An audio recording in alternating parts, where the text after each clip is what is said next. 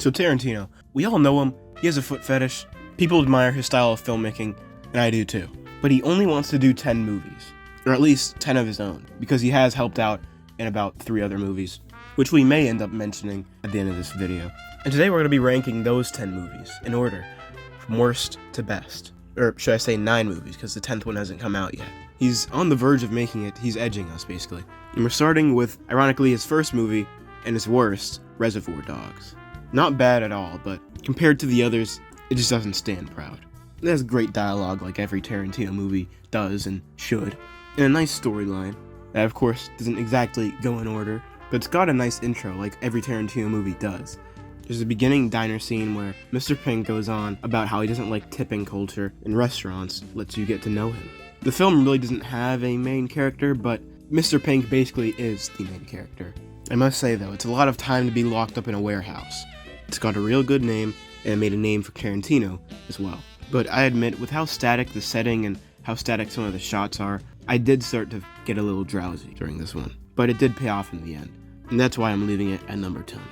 A problem that some Tarantino movies have is that they're just, like, they're good, but then they're not memorable. Like, if you watch Django Unchained or The Hateful Eight, and like a week later, or maybe like, I don't know, maybe even like a year later, or a month later, and you try to remember like a scene from it, I don't know, it's just not there. Like, I can't find it. It's memorable, but it's not memorable. Like, I have a good memory, so I remember the ending scene from The Hateful Eight, or Channing Tatum under the floorboards, but honestly, that's the film I have the hardest time remembering. I just remember the intro. Same thing with Django.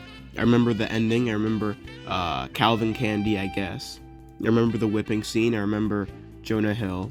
I remember I Couldn't Resist. So from that, I have to choose between Jackie Brown and Pulp Fiction. Once Tarantino made Pulp Fiction, he made Jackie Brown. He said that he wanted to not go over Pulp Fiction, but go under it. So I guess it only makes sense to mark Jackie Brown as the next movie. But it was really close, just know that.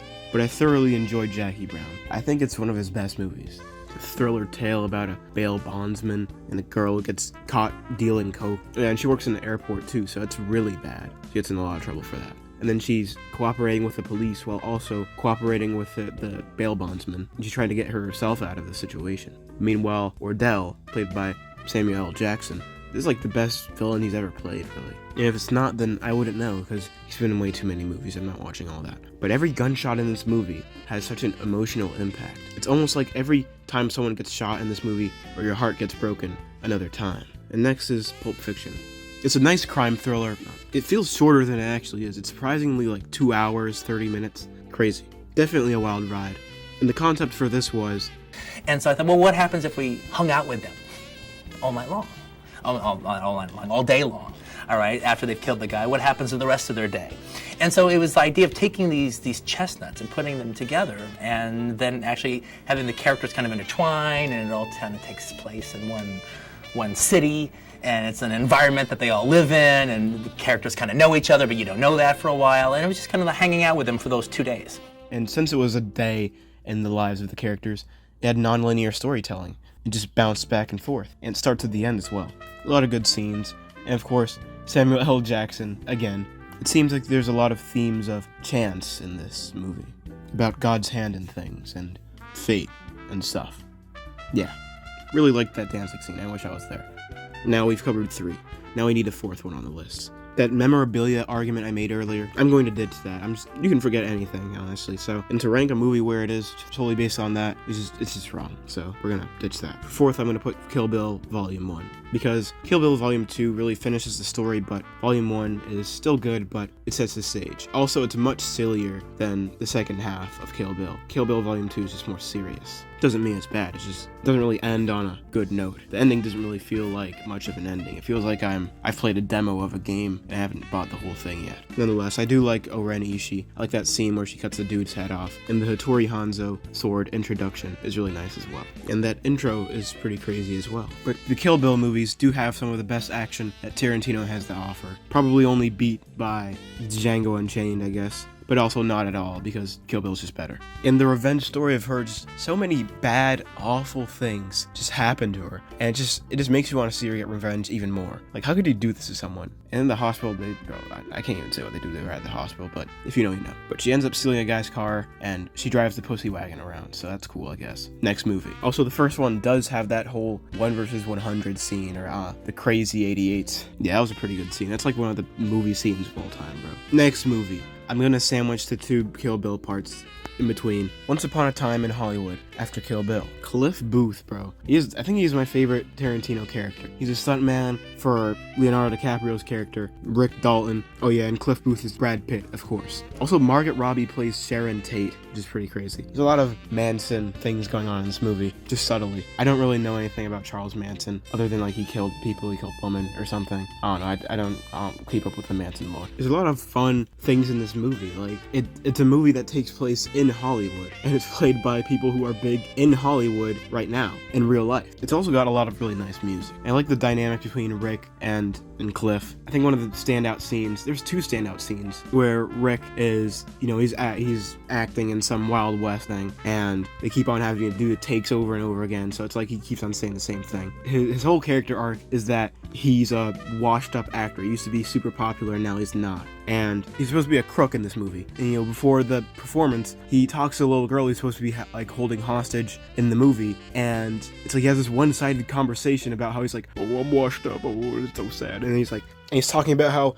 he doesn't think he still has the character in him anymore, and the girl thinks he's talking from the character's perspective, but the conversation still helps him. And then after they do the scene where he has like a lecture to the hero of the scene or whatever, the little girl says, that was the best acting I've ever seen in my life. And then that just makes his day. Like, he cries, and it's just beautiful. And that's just one of the sides of this movie. The other side of this movie is Cliff Booth beating up hippies. Well, same thing. But fair game. He did get his tires slashed by them. The ending of this movie also features hippies being killed. Some of the best Tarantino violence I've seen.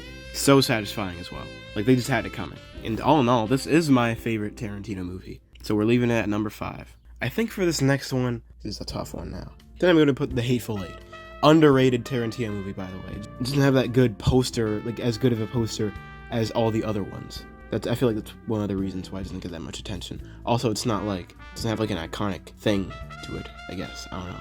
It doesn't have that Shazam. You know what I mean. Also, it looks like Django's poster as well. That's a thing. The intro, I guess it is a little bit something, but it's so worth it once they get to the cabin. It's basically like Reservoir Dogs, but like better. Just from the concept of staying in the same place the entire time. Like, at least if you're gonna stay in the same environment, at least like switch up the camera angles or something. Like, I just don't want to see like this exact angle of the warehouse every time. Yeah, The Hateful Eight does that well. Nice characters. A lot of them are racist towards each other, or have some biases. It's just so good. It's so good. You need to watch it. Crazy cast too. Channing Tatum, Samuel L. Jackson again, Kurt Russell, Tim Roth. It's crazy. Was also in Reservoir Dogs. Goated movie. And next, finally, Django Unchained. It just doesn't amount to Kill Bill Volume 2, and don't worry, I'll talk about it next. But Django is really good. It's one of the most unique movies Tarantino has made, and it's one of the most good movies Tarantino has made, as you can tell by the list. I really like Christoph Waltz in this one of my favorite actors, and Tarantino made him one of my favorite actors. He's the most lovable chap in this movie, really. He kills the people who were keeping Django hostage, and he basically is like his right-hand man on his journey to get his wife back, because that's what Django Unchained is about. Also, it's called Django Unchained because he gets unslaveried, you know what I mean? He's freed. Leonardo DiCaprio is the villain in this, and just love him as Calvin Candy, but he does get disposed of easily, but he is still pretty good while he's alive. Django Unchained is good, but like, I feel like it could have been so much better if they just nailed those action scenes. Like, dude, it would have been such a banger. Like, and I'm not saying that they didn't nail it, but like, I feel like it could have had a better rhythm to it. Like, it just felt like it was supposed to be suspenseful when Django was hiding behind that dead body and he was getting shot, and like they kept on shooting the dead body instead of him. But like, I didn't feel suspense. That was the moment for me where the suspense lowered. It didn't feel like he was really in danger anymore. It felt like he had our plot armor or something like that, or at least action armor, whatever you call it. Dude, that remix that plays, oh my gosh. So there's this moment earlier in the movie when Django and his wife originally ran from the plantation. A white man told him, "I like the way you beg, boy." And then later on he says, while they're whipping his wife, literally, he shoots the guy who was whipping her, and then he says, "I like the way you die, boy." And then another guy tries to get him, and then he starts whipping him, bro. And this final scene plays a song that samples that same clip from the movie. This movie's ratchet, man. Like, this is the most ratchet movie he's ever produced. And after Django, I'm gonna put Kill Bill Volume 2, because it's just, every scene is just like, it just melds together. It's perfect altogether. I remember every part of that movie. I think every now and then I think I want to rewatch one of these, but I've only seen all of these once. But I feel like to know if a movie's really good, you wouldn't have to watch it 2 times. So, Kill Bill Volume 2, just every scene, like, it's perfect action, it has an emotional backing to it. And the reason why Volume 1 just doesn't have that tang to it is because the emotional padding that backs up all the action that goes on in this movie. Just that eyeball scene, or that whole training exposition of, like, showing her training with her master, and then that twist, oh, dude, and then that eyeball ripping out scene. It's not even the best part of the film, too. Heartbreaking ending, poetic ending. That's really one of the requirements for making it this high on the list. Django had a poetic ending, but Kill Bill didn't really even end. Jackie Brown had a poetic ending, but I don't know. I have my reasons. A lot of Tarantino movies stick the ending, and I respect that. Now we've made it to the point where we only have the best Tarantino movie, objectively. I feel like this is the best Tarantino movie. Inglourious Basterds. There's not a moment in this movie that you can say that it sucks. Like, it's just amazing all the way through. Django has moments in it that you could say that it kind of sucked. Like, I'm not gonna lie, I did kind of try not to fall asleep at the first watch of it. But Inglourious Basterds is just glorious through and through. I remember back when I think one of my first videos ever on this channel was about Inglourious Basterds, because it was just so good. I was so excited after watching it, I had to make a video about it. The video's kind of bad, but I might play. I guess that video would contain my most recent thoughts after watching that movie, so maybe I'll put a little bit of it here. But it's most likely just me gushing about how insane the movie was. Like, it just speaks to it. It's amazing. It spoke to me too. It was just so good. The writing was on par. The action was full of meaning. Tarantino just polished his craft with this one. And it is an alternate history film. But a thing that I do notice is that Christoph Waltz is the greatest Tarantino villain. It's not even close. Number 2 probably goes to Calvin Candy or Ordell, or maybe even Bill, but cunning. He almost got away with being a Nazi at the end. And he wasn't one of the scientists that they took over to the United States or another country either. So he's crafty for that. And the introduction. This movie is split up into 5 distinct chapters.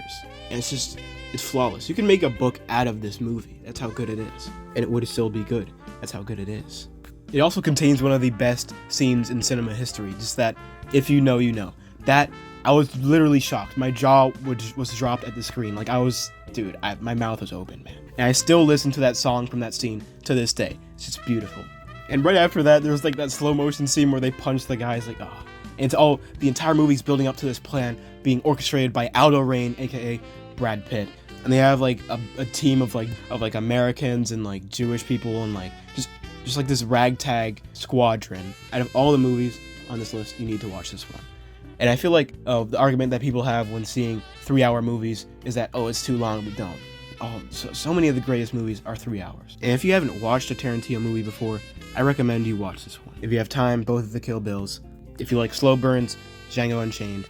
Pulp Fiction if your personality is only based on the music you listen to. Jackie Brown if you want to get your socks knocked off. And Once Upon a Time in Hollywood if you want to see a really good parody piece. Also, there's a deleted Charles Manson scene. I just learned about that. And yeah, goated movies. I've ranked these like 4 times now, and every time it's been different, depending on if I've checked a clip of the movie or not. So if you like this video, subscribe. I have about 176 right now, almost to 300. And what is your favorite Tarantino movie? Or at least, what Tarantino movies have you seen? These are the rankings, and don't forget to join the Discord, where we discuss movies, shows, literally everything. We also discuss what the next video is going to be about in there, and we have movie nights and stuff. And yeah, that's it. Subscribe.